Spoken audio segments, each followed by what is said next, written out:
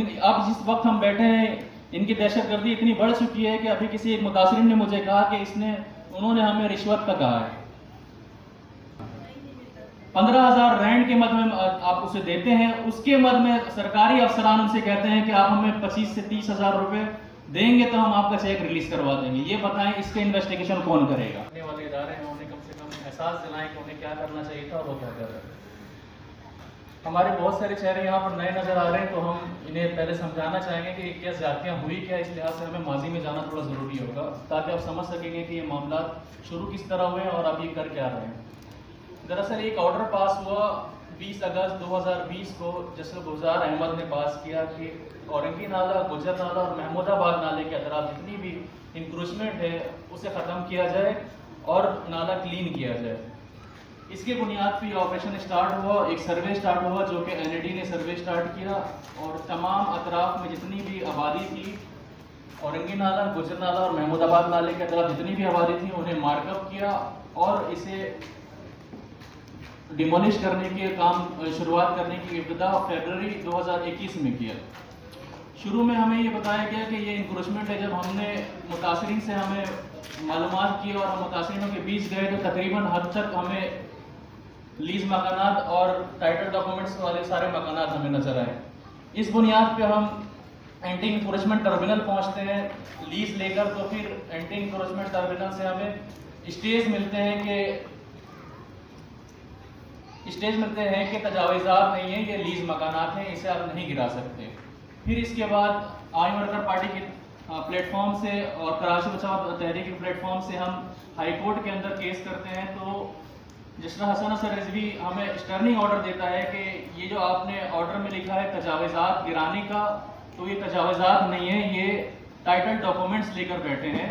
और इसके ऊपर KMC के अफसरान ने ये बात वाज़ेह की कि ये टाइटल डॉक्यूमेंट्स का लीज मकानात के मद में नहीं आते, ये इंक्रोचमेंट लीज मकानात के मद में नहीं आते। तो खैर इस बात को मैं आगे लेके जाता चलूँ तो इस तरह हम आगे बढ़ते रहे और वो हमारा स्टेज चलता रहा और वो मकानात जिन्होंने स्टेज नहीं लिए इन्हें गिराते रहे ये। फिर उसके बाद एक कोर्ट बैठती है जो कि 16 जून 2021 को बैठती है, वो बैठती है और वो कोर्ट में जस्टिस गुलजार वो ऑर्डर सारे जो हमने स्टेज लिए होते हैं उनको सारे विकेटेड कर देता है। एक जुम्बश कलम के सारे विकेटेड करके वो कहते हैं कि जो काम चल रहा था उसे जारी रखा जाए। इस बुनियाद पे तमाम आबादी के अतराफ जितनी भी इमारत थी जो कि लीज टाइटल डॉक्यूमेंट्स पे लेकर बैठे हुए थे, जिनका कानूनी हक था, जिन्हें इन्हीं इदारों ने लीज दिया था, इन्हीं मोतबर इदारों ने लीज दिया था, जिन्होंने पाकिस्तान के आइन और पाकिस्तान के कानून के तहत लीज दिया था, उन्हें सिर्फ ये कहकर हटा दिया जाता है कि ये कोर्ट का ऑर्डर आ चुका है।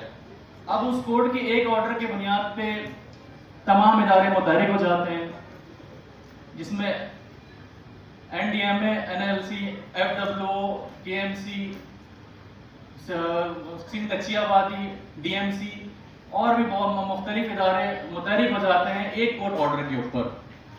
फिर उसके बाद ये मामला शुरू होते हैं। हमने सोचा कि सफाई हो रही होगी, पर आने वाले वक्तों में नजर ये आया कि रोड नाले के अतराफ जो है वो सड़कें बनाने का प्रोजेक्ट ही चल रहा है, जो कि अब तक जारी है। फिर उसके बाद हमने अपनी जद्दोजहद जारी रखी, पर हम वो आबादी को नहीं रोक सके। जितनी हद इम्कान हमने कोशिश की, वो हाई कोर्ट तक हमने केस लड़ा, उसके बाद सारे हमारे केस विकेटेड हो गए। पर हमने वो जंग हद इम्कान कोशिश की कि हम जीतने की कोशिश करें, पर वो गुलजार के ऑर्डर के बाद वो खत्म हो गया। अब जैसे गुलजार ऑर्डर देता है कि इन्हें आप रिहेबिलिटेट करें। 20 अगस्त 2020 में भी रिहेबिलिटेशन रीसेटलमेंट का ऑर्डर था। 2021 16 जून इसमें रीसेटलमेंट और रिहेबिलिटेशन का ऑर्डर होता है। सिंध गवर्नमेंट को बुलाया जाता है, वजीर आला को बुलाकर ये बात बावर कराई जाती है कि आपने रिहेबिलिटेशन और रीसेटलमेंट किस तरह करेंगे। उस वक्त के या अभी भी जो CM है और वजीर आला जो है वो कहते हैं कि हम इन्हें 2 साल के अंदर रिहेबिलिटेशन और रीसेटलमेंट करके देंगे, इन्हें हम मकान बना कर देंगे जिसमें तमाम तर आसाइशें मौजूद होंगी, तमाम तर सहूलियात मौजूद होंगे, बैनुल-अक़वामी तर्ज का सारी चीज़ें मौजूद होंगी, जिसमें 2 कमरे बने हुए मिलेंगे और जो भी सहन सारी चीज़ें होती हैं। ये बात उन्होंने कही जो कि कोर्ट ऑर्डर में हमें नज़र नहीं आई बाद में। खैर ये सिलसिला चलता रहा 1 साल, 1.5 साल, 2 साल के मद में अब हम बैठे हैं, पर अब तक हम वो रिसेटलमेंट नज़र नहीं आई। अभी जिस बुनियाद पे हम अभी यहाँ पर बैठे हैं और हम ये रीसेटलमेंट चाहते हैं और इनका जो हक है, जो कानूनी आईनी हक है, वो दिलवाने के लिए हम यहाँ पर बैठे हैं और ये जद्दोजहद इंशाअल्लाह हम जारी रखेंगे। हमारी गुजारिश उन मोतबर इदारों से है जिन्होंने एक EI रिपोर्ट पेश की थी जिसके अंदर कहा था कि NDMA जिम्मेदार है इन लोगों के रेंट के चेक देने के 15,000 रुपये पर मंथ के हिसाब से। NDMA ने ये चेक देना शुरू किया जो कि सिंध कच्ची आबादी के थ्रू हमारे मुतासरीन को मिला करते थे। क्या NDMA और मोतबर जितने इदारे हैं, क्या उनकी जिम्मेदारी नहीं आती थी कि वो अगर चेक भी करें कि इन मुतासरीनों के साथ क्या सलूक किया जाता है, क्या इन्हें किस तरह इनके साथ तजलील की जाती है इन्हें अपने ऑफिस में बुलाकर। कभी किसी ने सोचा इस चीज़ को? रमज़ानों के दिनों में इनको अपने पास बुलाकर जिस तरह तस्लील करके वापसी भेजा जाता था, जिस तरह कि ये किसी के पास फितरा या ज़कात या फिर कोई हरजाने की रकम लेने आ रहे हैं, जो इनका हक था, जो कि आमतौर पर सुप्रीम कोर्ट ने ये बात बावर कराई थी कि 6 महीने का चेक इन्हें रेंट की सूरत में दिया जाएगा जब तक इन्हें रीसेटलमेंट ना कर दिया जाए। अब मैं इस बात पे आता हूँ कि इनकी अब जिस वक्त हम बैठे हैं, इनकी दहशतगर्दी इतनी बढ़ चुकी है कि अभी किसी एक मुतासरीन ने मुझे कहा कि उन्होंने हमें रिश्वत का कहा है।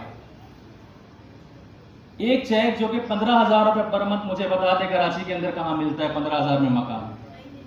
15,000 रेंट के मद में आप उसे देते हैं, उसके मद में सरकारी अफसरान उनसे कहते हैं कि आप हमें 25 से 30,000 रुपये देंगे तो हम आपका चेक रिलीज करवा देंगे। ये बताएं इसका इन्वेस्टिगेशन कौन करेगा? इस हवाले से बहुत सारी चीज़ें हैं जो कि हम आगे और लेकर जा रहे हैं और रीसेटलमेंट के हवाले से बहुत सारी चीज़ें जो हम उजागर कर रहे हैं।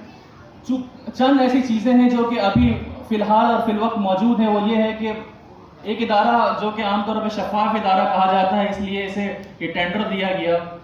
शायद उनके लिबासों में शायद अभी तक कीचड़ नहीं आए, इसलिए शायद इन्हें टेंडर दिया गया, जो कि आमतौर पर टेंडर भी शायद हमारे हाथों में और हमारी नज़रों से नहीं गुजरा और आज तक शायद हमें ये भी नहीं पता चला कि इनका प्लान क्या है। सेकंड कि आज तक ये भी नहीं पता चला कि इनकी लागत क्या है, तो जो कि गैर शफाफियत का एक पहलू नज़र आता है इसके अंदर। अब मसला ये है कि ये प्रोजेक्ट जो स्टार्ट इन्होंने किया, जहाँ से मर्जी चाहते हैं, जिस तरह चाहते हैं वो आबादी वो इस तरह नाले को मूव कर रहे होते हैं, उस तरीके से जहाँ चाहते हैं वहाँ पर खुदाई करते हैं। अतराफ की जो आबादी अब लीगल पड़ी है, अतराफ की जो आबादी अब लीगल पड़ी है, वो खुदाई के जब करते हैं तो लैंडस्लाइडिंग के बदले सारे आ रहे हैं। अब आने वाले वक्त मानसून का है, जो कि प्रेडिक्शन ये है कि बहुत ज़्यादा बारिशें होंगी। अल्लाह न करे कि ऐसी बारिशें हों। अगर ऐसी बारिशें होती हैं, अल्लाह न करे कोई नुकसान होता है, इसका जिम्मेदार कौन होगा?